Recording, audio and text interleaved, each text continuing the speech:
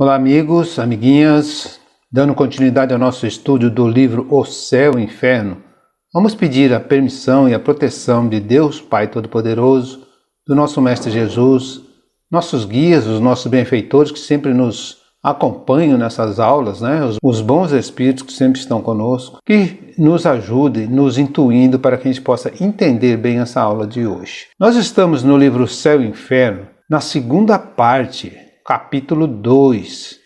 E nós estamos no capítulo 2, ele trata dos espíritos felizes.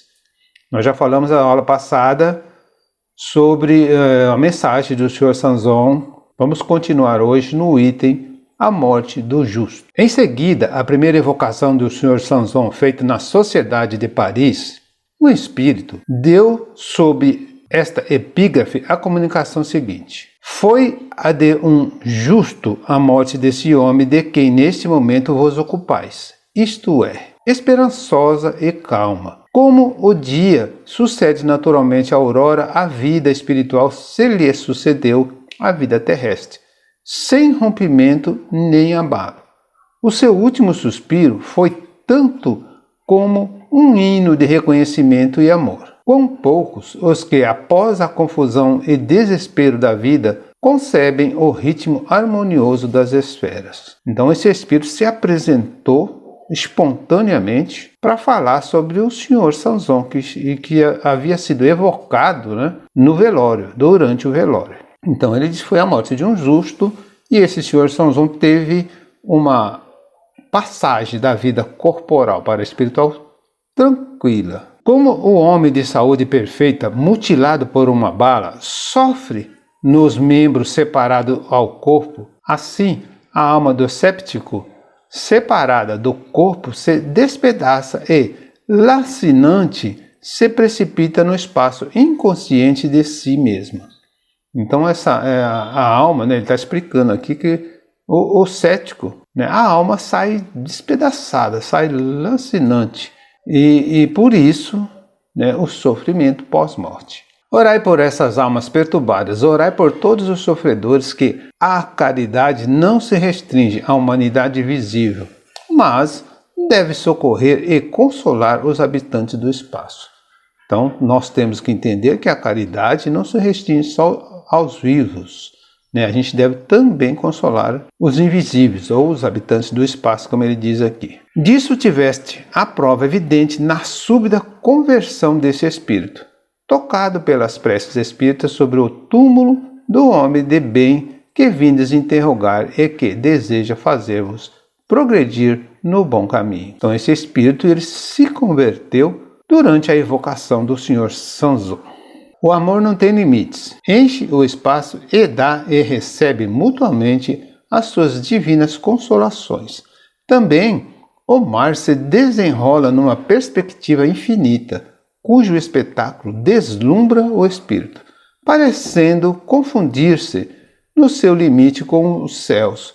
São duas grandezas que se extremam. Pois bem, assim é o amor, mais profundo que as ondas, mais infinito que o espaço, a todos vós, encarnados e desencarnados, deve unir na santa comunhão da caridade, fusão sublime do finito e do eterno George.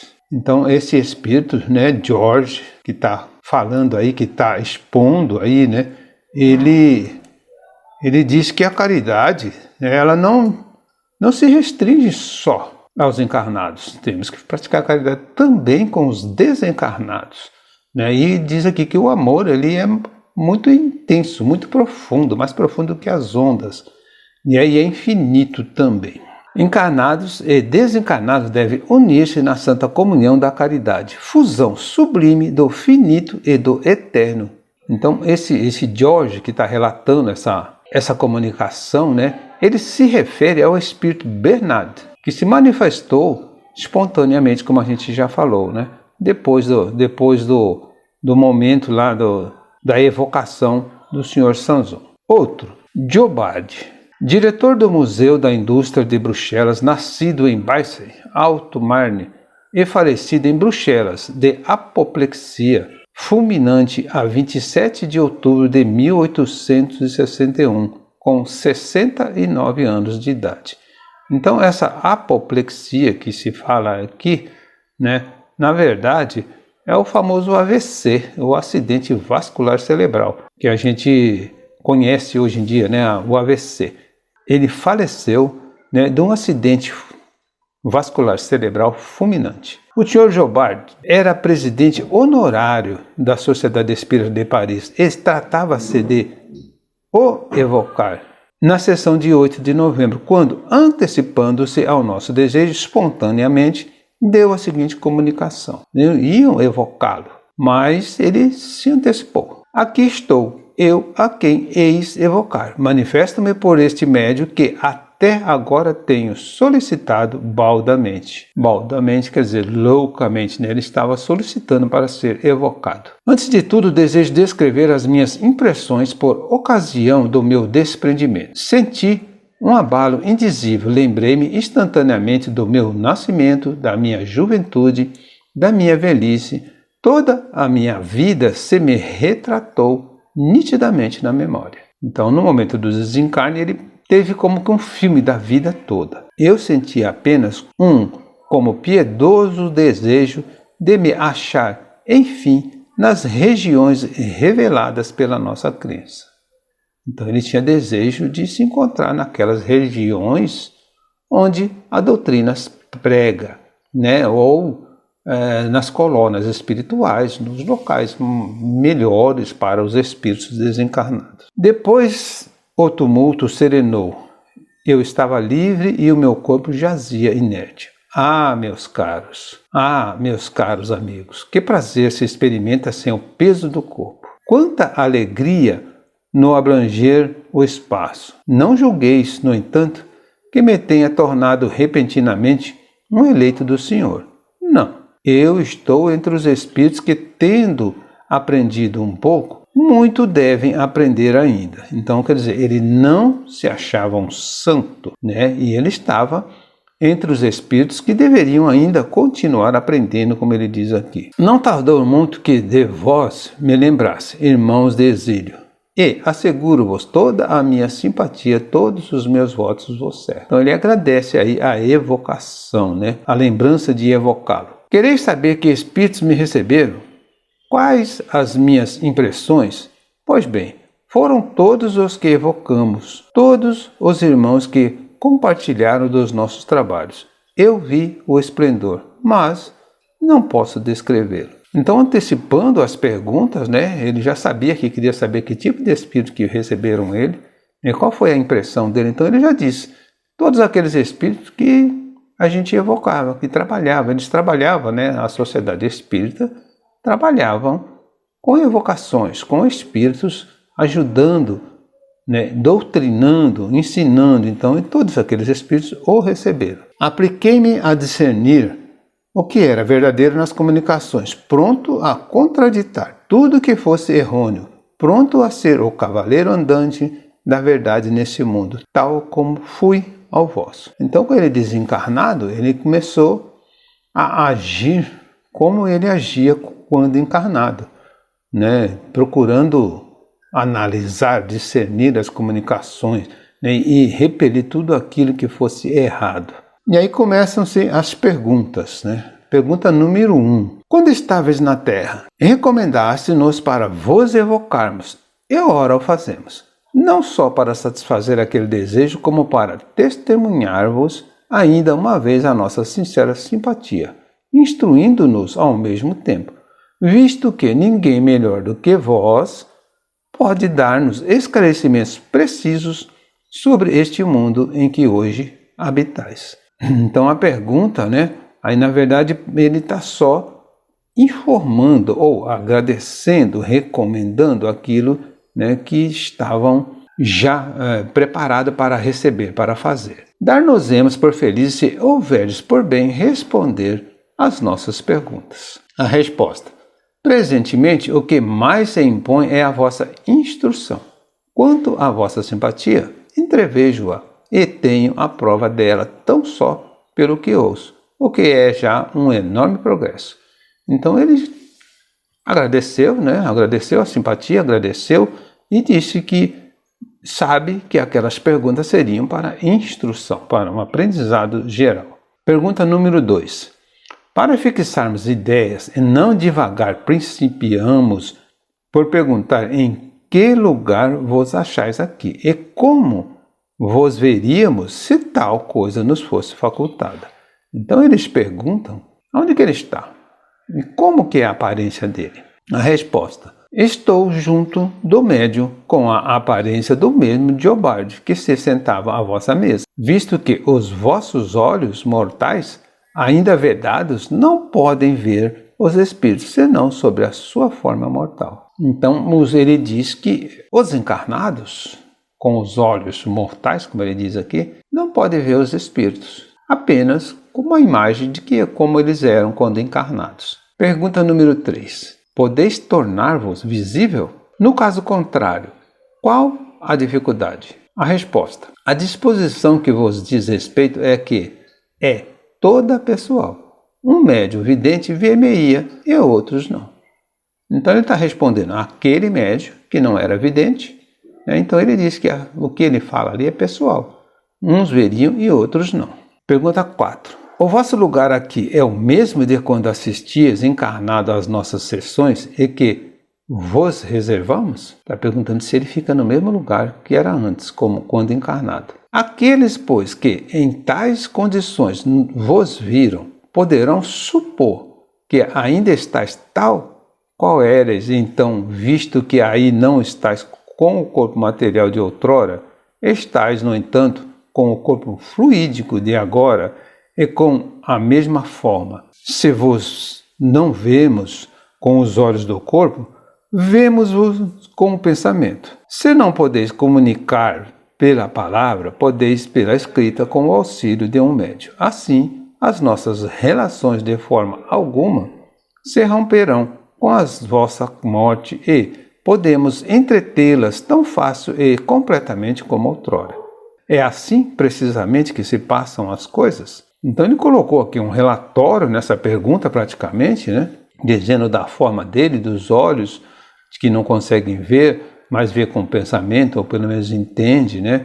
Perguntando se ele ocupa o mesmo lugar como antes. E a resposta: sim, há muito que o sabeis. Ocuparei esse lugar muitas vezes, e mesmo sem o saberdes, uma vez que o meu espírito habitará entre vós. Então, o que ele quis dizer, né, que ele, sim, ele vai estar sempre presente e que vai ocupar o lugar como fazia antes. Como espírito, é claro, mas estará por ali. Aí Kardec coloca uma observação aqui. Chamamos a atenção para esta última frase. O meu espírito habitará entre vós, que, nesse caso, não é uma simples figura, porém realidade. Pelo conhecimento que o Espiritismo nos dá, a natureza dos espíritos, sabemos que qualquer um pode achar-se entre nós, não só em pensamento, mas pessoalmente, com seu corpo etéreo, que o torna uma individualidade distinta.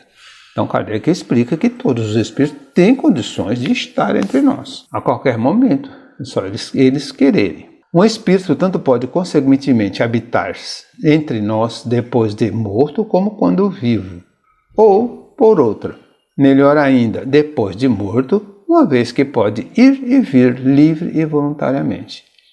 Então, depois de morto, ele pode se deslocar voluntariamente. Deste modo, temos uma multidão de comensais invisíveis, indiferentes uns, outros atraídos por afeição. É a estes últimos que se aplica esta frase: eles habitam entre nós, que se poderá interpretar assim: eles nos assistem, inspiram e protegem. Então, esses espíritos são atraídos pela nossa afeição, como ele diz aqui, né? Então, eles estão sempre do nosso lado. Como diz, eles nos assistem, né? Eles nos inspiram, eles nos protegem. Então, eles são atraídos pela nossa afeição, ou atraídos, né, pela nossa vibração, e estão do nosso lado. Como diz a pergunta 549 do Livro dos Espíritos, os espíritos se acotovelam ao nosso redor. E são eles que na maioria das vezes nos dirige.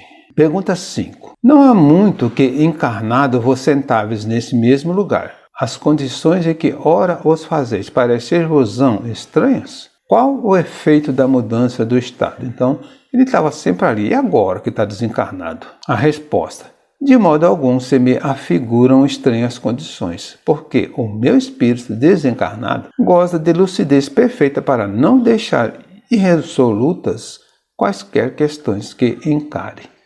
Então ele tinha, um conhecimento, como ele diz aqui, o espírito tinha uma lucidez, ele entendia. Ele era um estudioso da doutrina, então ele não achava nada de diferente. Pergunta número 6. Lembrai-vos de haver estado nas mesmas condições anteriormente à última existência? Experimentais qualquer mudança a esse respeito comparando as situações presentes e passadas? Recordo-me das existências anteriores e sinto-me melhorado, por isso que me identifico com o que vejo, ao passo que, perturbado nas precedentes existências, só me apercebia das faltas terrenas. Então, na existência anterior, como encarnado, ele só conhecia as faltas, ou as causas de faltas terrenas. Porém, já como espírito, ele se sentia melhorado. 7. Lembrai-vos da penúltima encarnação da que precedeu a do Sr. Giobard? Então, ele se lembra da última encarnação antes dessa? Resposta: se me lembro. Fui um operário mecânico acossado pela miséria e pelo desejo de aperfeiçoar minha arte.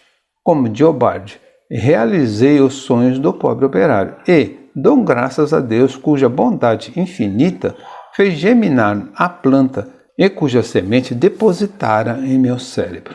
Então, a semente do que ele trouxe de outra encarnação ajudou nessa como Giobard. Pergunta 8.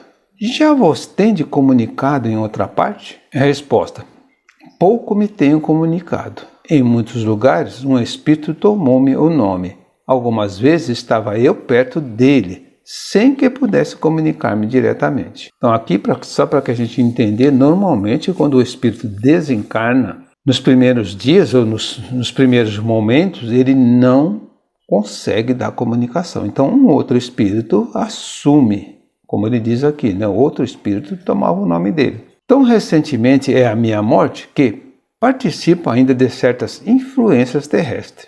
É preciso que haja perfeita simpatia para poder exprimir o meu pensamento.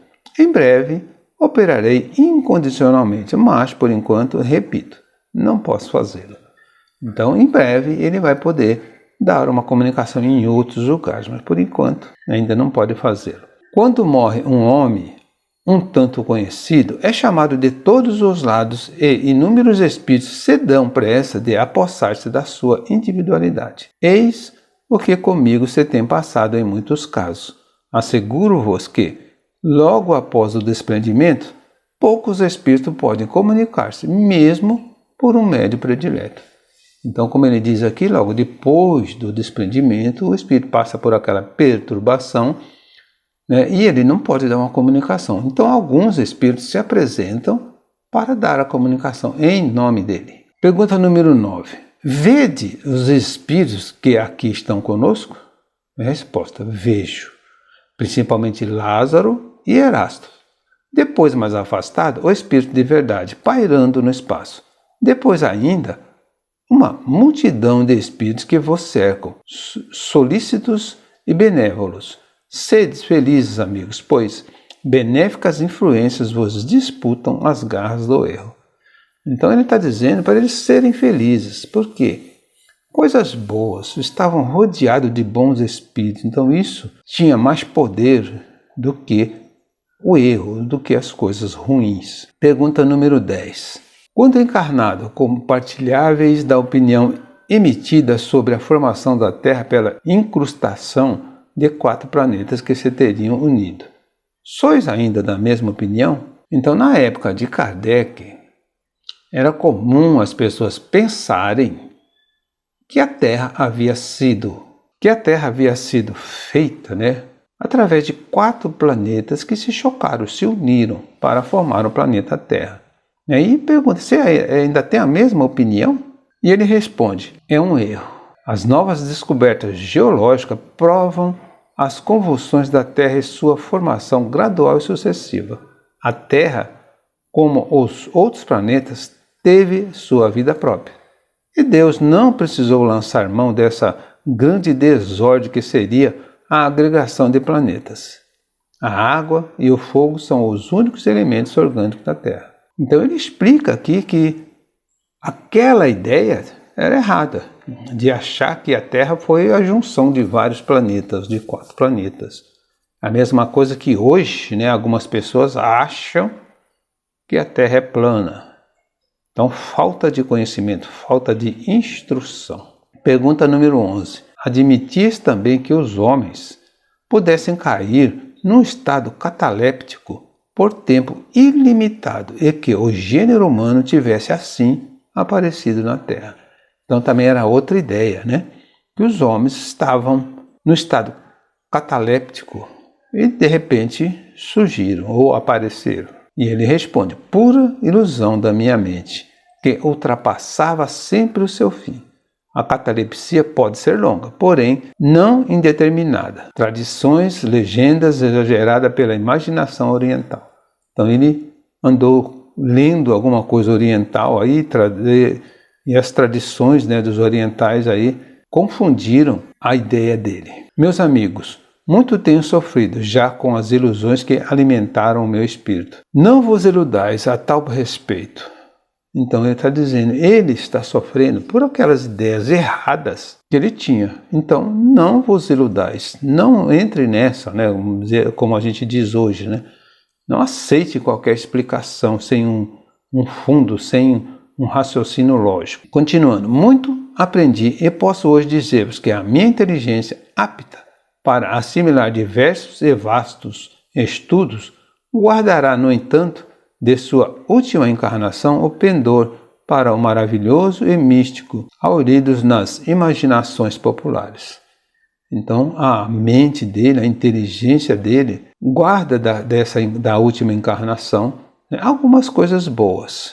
Ainda agora, pouco me tenho ocupado das questões puramente intelectuais, no sentido em que as julgais. Então, ele não está se preocupando muito com essas coisas, no sentido que os encarnados julgam. E como poderia eu fazê-lo, deslumbrado e aturdido pelo maravilhoso espetáculo que me cerca? Então, como é que ele podia fazer se ele está ali ainda deslumbrado, por aquilo, pelo espetáculo que ele estava vivendo? O vínculo do Espiritismo que vós, homens, não podeis compreender, só ele pode atrair-me a esta terra que abandono.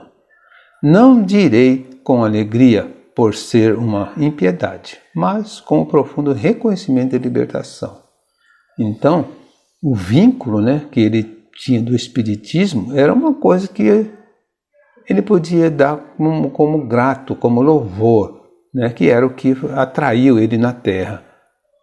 E como ele diz aqui, a partida não era como a alegria de ter saído da parte carnal, de ter desencarnado, mas sim como uma libertação. E aí Kardec coloca uma outra observação aqui.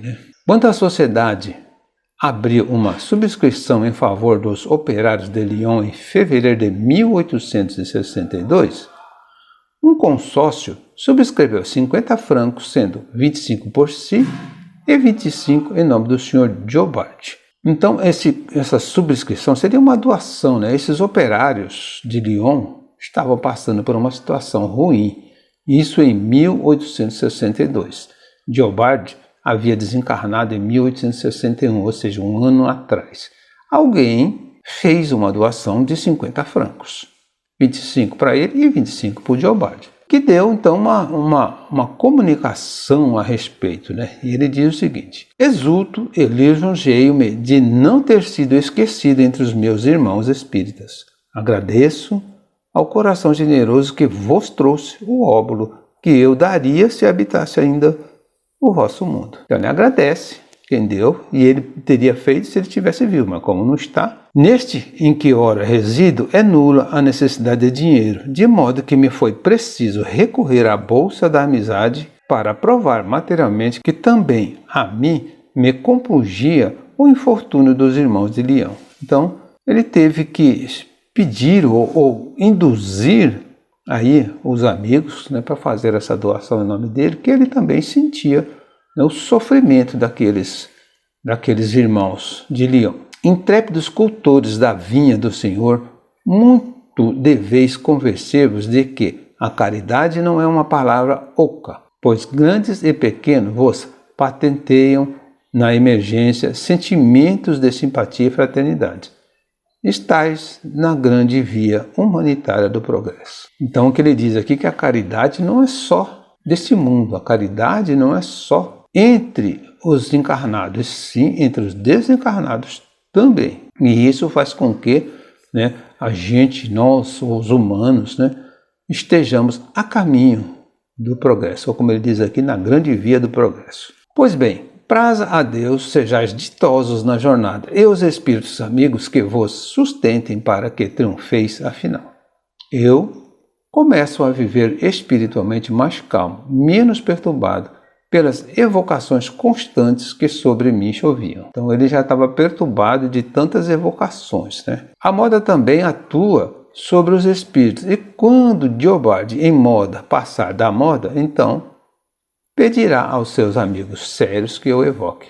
Então ele está dizendo que ele estava na moda, por isso estava sendo evocado. Mas quando esquecer, então ele vai pedir alguém aí que o evoque. Aprofundaremos então questões superficiais tratadas, e o vosso Diobade completamente transfigurado poderá ser útil, como desejo de todo o coração. E encerra a mensagem assinando Diobade. Passados os primeiros tempos consagrados ao alento dos seus amigos, o Sr. Diobade colocou-se entre os espíritos que ativamente propunham pela renovação social, esperando uma nova encarnação terrena para tomar parte ainda mais ativa e direta desse movimento. Ele se colocou entre os espíritos úteis, né, e aguardando uma encarnação terrena. Então, depois dessa época, ele deu à Sociedade de Paris, onde continua como cooperador, comunicações de incontestável superioridade, sem se desviar da originalidade e repente que constituíam o fundo do seu caráter, a ponto de se fazer reconhecido antes de assinar. Então ele continuou dando comunicações e era reconhecido, né, pelo jeitão, pela maneira de falar, pelo assunto. Era reconhecido mesmo antes dele assinar, dele colocar o seu nome. Agradeço a todos por mais essa aula, por mais esse momento de aprendizado. Gostaria de pedir para aqueles que ainda não se inscreveram no nosso canal que o façam, né, para nos ajudar a manter esse trabalho. Que Jesus abençoe a todos.